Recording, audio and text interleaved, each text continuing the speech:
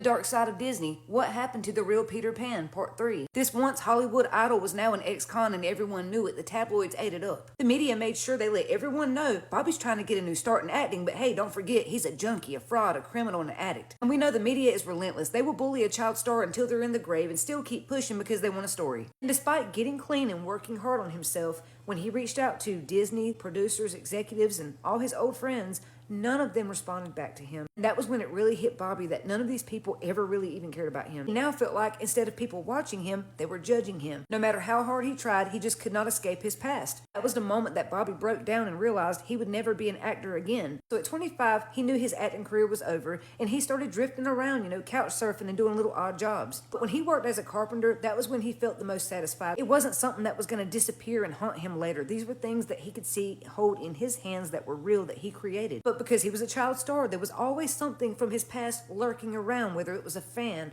a poster, a tabloid, things to constantly remind him of what he lost. So in the mid-60s, Bobby packed a single suitcase, got on a bus, and went to New York and decided he was going to start over altogether. He grew his hair out, a beard, changed everything about himself. So he goes to New York and gets settled in, and for the first time ever, he wasn't Peter Pan, Jim Hawkins, or the kid from Treasure Island. He wasn't Disney's golden child. He was just some guy in New York. Now, Bobby didn't go to New York to be an actor. He now introduced himself as Robert, the artist. And Bobby was an amazing artist. Like, his artwork is just phenomenal. He carried around a portfolio with all his paintings and pictures and things that he created, and they were beautiful. It was dark, tense, and chaotic. You could really see his pain and trauma in his work. But Bobby gravitates towards the Lower East Side, and that's where he finds a whole new realm of people that are totally different from Hollywood. For a short time, he hung around people like Andy Warhol, who knew him for his artwork. They didn't care that he was Peter Pan. They thought it was cool that he had accomplished these things and he was such a great artist, but they didn't dwell on his past like other people did. But even in New York, he could not get away from his past or Disney. Bobby said he saw his face everywhere he went. It was on movie posters, the theaters, lunchboxes, kids' toys, t-shirts. It was everywhere, but he wasn't getting paid for it. It was a constant reminder that he failed. His body betrayed him. He was kicked out of the kingdom. He couldn't support his family. He was fired over acne. All these things piled up into one. It just overwhelmed him. Imagine spending your youth building something so big and so well known, but you're not a part of it. You're not getting paid. Hell, you're not even invited. But even though Bobby didn't have much in common with this new group of friends, what they did have in common was their drug use, and these people had plenty of drugs. And not only were they easier to find, but they were a lot more affordable here too. Bobby would once again give in to his addiction in an attempt to numb the pain. Y'all, by the age of 29, this man looked like an elderly man. His hair was falling out and was gray. He had bald spots. His teeth had completely rotted out. Anywhere there was a vein, he had track marks because he used so much. He had also become a runner for dealers, getting paid in more,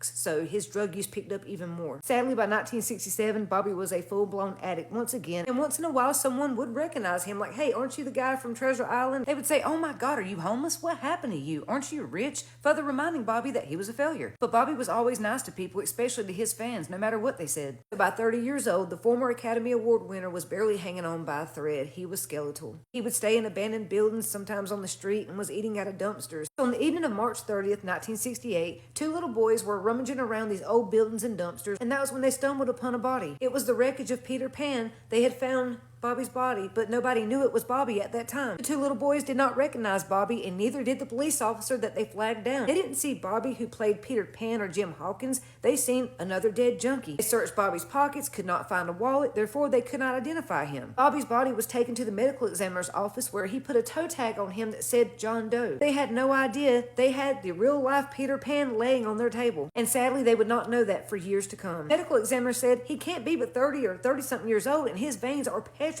He has the body of an elderly man. His cause of death was hardening of the arteries from all his past drug abuse. And y'all, this next part is just so heartbreaking. So back then, they had this place called Hart Island where they buried unknown people. There were no headstones marking their graves. We're talking about a hole full of hundreds, possibly thousands of unidentified bodies. It was a mass grave for the murdered, the addicts, stillborns, the John Does and Janes, the bodies of people who wanted to be forgotten, or the bodies of people who someone else wanted to be forgotten. There's no telling who and all's been buried there because they were never identified. But April of 1968, the prisoners who worked at that cemetery lowered Bobby's body down into a mass grave, and no one had any idea it was him. Now, before Bobby died, he would occasionally write letters with his mother and sometimes call her and ask for money, but when the letters stopped, his mother knew something was wrong. She was terrified, but she was also paralyzed by the shame and confusion that addiction brings to a family. She didn't know where he was. She knew he had gone to New York to be an artist. So his mom contacts the studio, hoping that Walt or someone can help her, but she finds out that Walt actually died back in 1966. But his mom knew Disney had the resources to find Bobby, and despite Bobby quite literally being a part of the Disney legacy, the studio and company would not help her find Bobby. Just like they had done Bobby when he tried to make amends with them, they completely ignored his mother. In their eyes, Bobby Driscoll just wasn't their problem. And as she searched for his body, Disney once again promoted the movies he had starred in and helped create. For some time, Bobby's mother kept putting articles in the paper saying, "Have you seen him?